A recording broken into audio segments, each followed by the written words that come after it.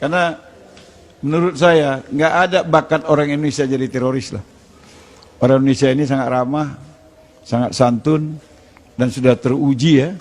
Sebelum ada undang-undang teroris ini, teroris nggak ada juga. Kan bom Bali aja kemarin yang mengawali undang-undang teroris ini. Sebelum bom Bali nggak ada teroris. Begitu bom Bali, undang-undangnya dibuat, langsung teroris muncul di mana-mana. Sebelum ada undang-undang, terorisnya nggak ada. Begitu ada undang-undang, muncul di mana-mana. Dan ini mendesak undang-undangnya diselesaikan, yang kena tikam pun ada. Dan itu disebut teroris juga. Nanti saya takut ada orang kesandung kepalanya karena ada bandul di jalan, itu pasti yang buat teroris juga. Jadi ini luar biasa menurut saya.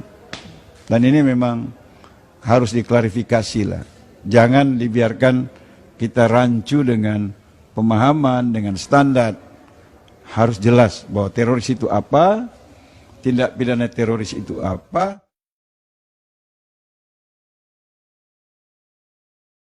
Pemerintah sampai hari ini belum mengajukan rancangan apapun tentang definisi teroris, tentang definisi tindak pidana teroris. Jadi kalau mau didesak cepat selesai, tolong desak dong pemerintah. Karena ini usulan dari pemerintah supaya melengkapi konten RUU ini sesuai dengan kebutuhan yang berkembang dalam diskusi di Pansus dan di Panja. Jangan seakan-akan ini kesalahannya ada pada DPR. Perlu dicatat, ini bukan inisiatif DPR, ini inisiatif pemerintah. Jadi ketika ada konten baru yang harus dikonstruksi oleh pemerintah, memang pemerintah yang belum selesai. Seperti definisi teroris kita minta sama pemerintah, sampai hari ini belum. Definisi tentang tindak pidana teroris, sampai hari ini belum. Lalu kita dikatakan melambat-lambatkan pembahasan, nah, kita nggak tahu. Dan saya patut mencurigai itu semua.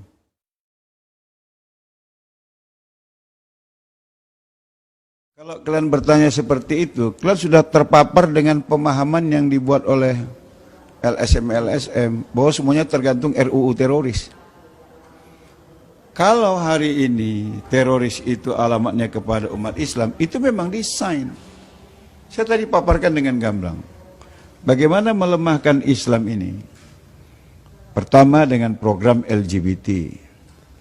Untuk meruntuhkan moral, menghancurkan etika, dan menjauhkan Islam dari ajaran agama. Ini diprogram. Kemudian apa? Narkoba.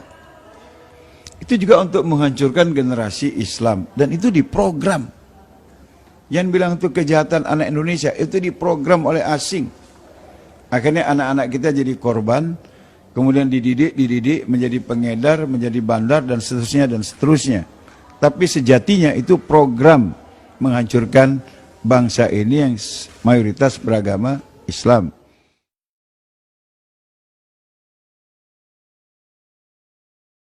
Kemudian juga terorisme. Ini juga program asing. Semua orang yang disebut teroris, ini sepertinya hukum nggak berlaku lagi sama dia.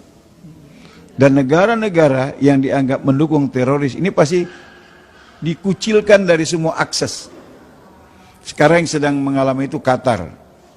Dikucilkan dulu Irak, Libya, Afghanistan. Ini seakan-akan kalau ada adik kandung kita di Afghanistan, kita ngasih uang ke sana, kita udah mendukung teroris itu. Ada anak kandung kita yang sekarang berada di Qatar, kemudian kita kirim uang ke sana, kita disebut teroris itu. Pokoknya perlakuan terhadap Islam ini kalau sudah dikatakan terlibat teroris, dia harus dikucilkan dari siapa saja, harus diputus semua aksesnya. Dan kalau itu menimpa pribadi-pribadi umat Islam, ini tidak akan ada yang berani menolongnya. Bahkan didesain sedemikian rupa, orang kampungnya pun bikin pernyataan menolak jenazahnya dimakamkan di kampung ini. Itu pasti desain. Tidak mungkin itu gerakan dari orang kampung itu sendiri. Bullshit. Ya, bullshit. Itu desain untuk menggambarkan betapa ngerinya ini situasi yang terjadi, gitu ya.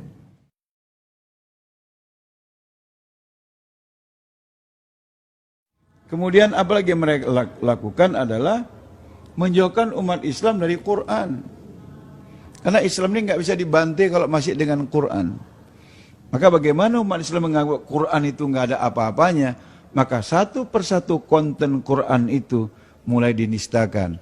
Pakai hijab itu nggak wajib. Itu budaya Arab. Yang ngomong tokoh Islam itu.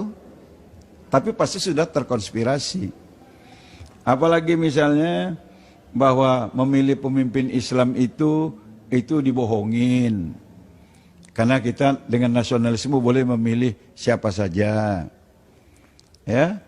Nah, lama-lama kawin itu dengan sejenis, ya untuk apa? Yang penting kan cinta, jenis kelamin nomor 2. Kita punya hak ajasi manusia.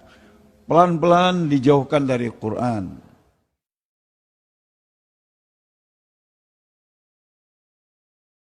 Jalan dengan itu, pembawa-pembawa ajaran Quran ini juga harus dihabisi. Siapa itu? Ulama-ulama.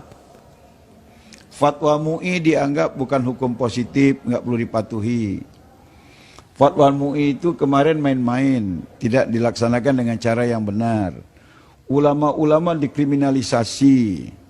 Ya Habib Rizik sekarang jadi tersangka dengan desain telepon porno.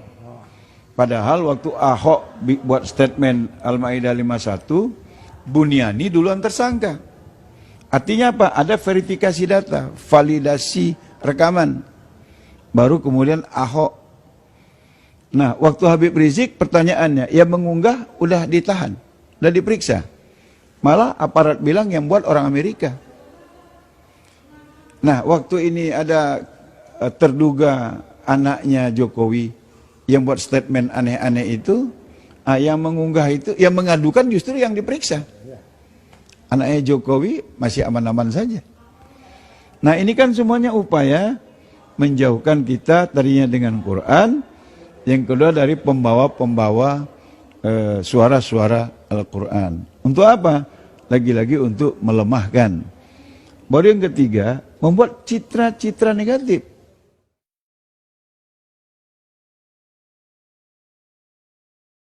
Seperti pengawalan gereja di saat Natal, itu kan buat citra negatif. Apa iya umat Islam ganggu orang di gereja? Enggak ada. Cerita yang dibakar itu justru masjid-masjid yang kena bakar. Itu pembakarnya enggak pernah dapat persoalan, dan tidak gara-gara itu kemudian masjid di Tolikara misalnya dikawal polisi, enggak ada. Terus enggak ada orang di gereja yang dibakar, tapi gerejanya dikawal polisi. Ini kan mencitrakan seakan-akan umat Islam Indonesia radikal, anarkis. Sehingga umat Kristen nggak bisa Natal kalau tidak dikawal oleh polisi. Ini kan buat citra negatif. Waktu kita 4.11 aman damai, sentosa, rapi di Jakarta, maka polisi nembaki ulama. Baru berita yang muncul, demo anarkis.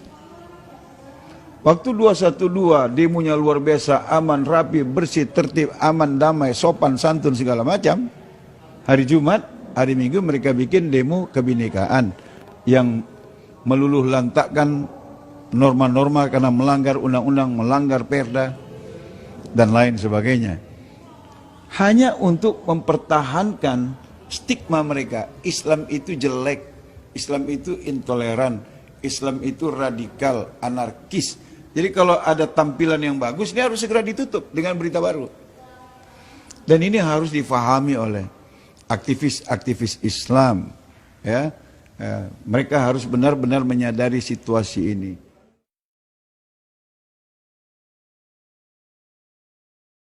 Nah, bagi kita, nggak ada persoalan ya, karena